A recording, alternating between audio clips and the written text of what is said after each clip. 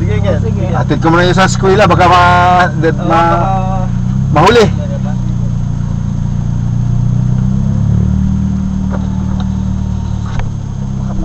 Oo. Yung ano, tambutso. Kaya nga. Mga uso, mga ano. Mabait siya yung asawa niya. Yung nag-welding? Oh, yung mekaniko nila, tsaka ano. Oh, yung asawa niya nag-ano sa welding. Wala man sila kang pagkagalit siya. Magbe-bless yan pag nakita ka sa ano.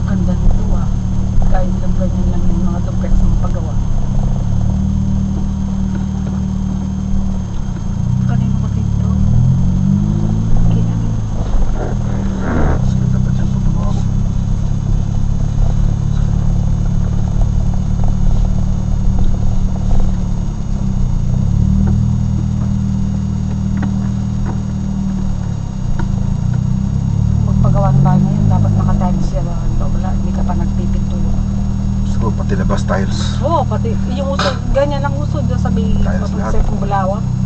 Tiles lahat yung sa may harapan nila. Sa side lang ngayon.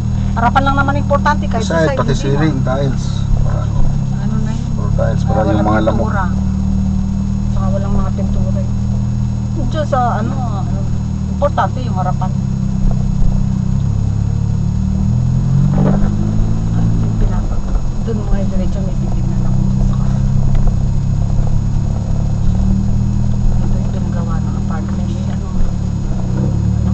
Nakabangga sa atin yung tsahe niya, pero yung napangasawa niya Kabangga? Sa bang nakabangga?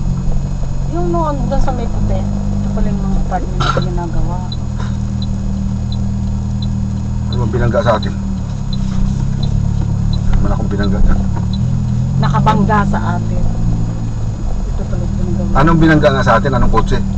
Yung puti, yung Honda. Di ba may tsahin dyan? Anak niya yung nagpagawa sa kantong lahat. Yung sa ano, yung security? Oo, tapos yung pinsan nun, yun ang napagawa ng apartment yun, si Iman. Yun ang asawa niya, yung nabangga nun sa kotse, si Baredo, yung namatay. Anak ni Baredo, yung babae, si Ana. Ngayon, nag-asawa yung lalaking yun, napangasawa niya nga, kapatid ni Kata, may Chingilin.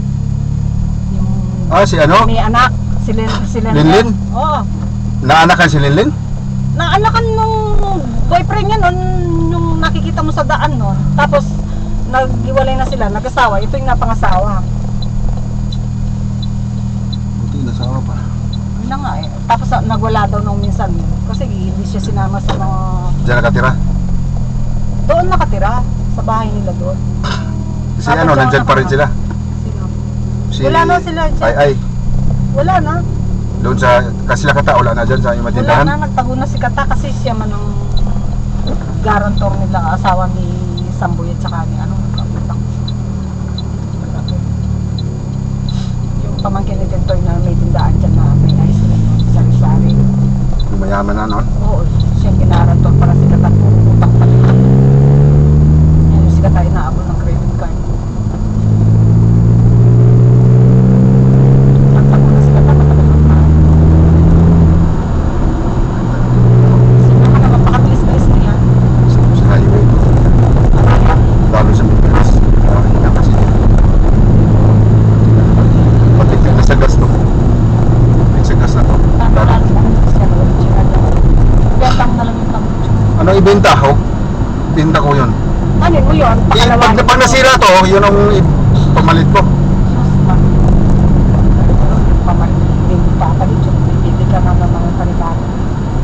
Yun ko yun. Mamaya bigyan mo na lang kay Larry yun. Tapos Ay, binenta lang niya. kaswerte niya. Yung Maribela, binenta kay Biar. Hindi siya nagya. Walang pera. Hindi man niya sabihin, sige sa'yo na. Pahiwatig na. Ay, sabi ko, ibabalik ko yan pagka, ano, pinatago ko sa bodega. Pahiwatig na naman. Oo. Bebenta na naman yan Sabi niya, happy birthday. Dalhin mo yung ano, alas naman, hindi ko dadalhin. Sabi ko, pagka ano, nagsawa ako, ibabalik ko yun. Sabi ko, saka pagkasira na to. Ano sabi niya? Wala, di na kami po. Kanina, pinag-discount Talaga ako. na, ano na, grabe. Kasi na yan.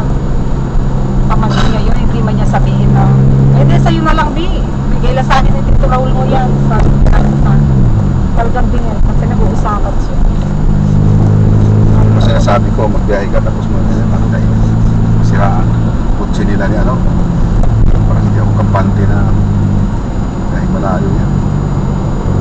Sila kasagas mag-request mag-ride doon.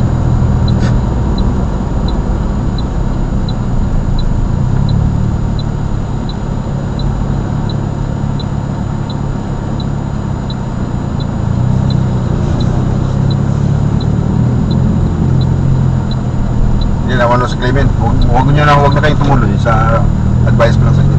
Ewan ko, tanongin ko mamaya kung di siya na ano.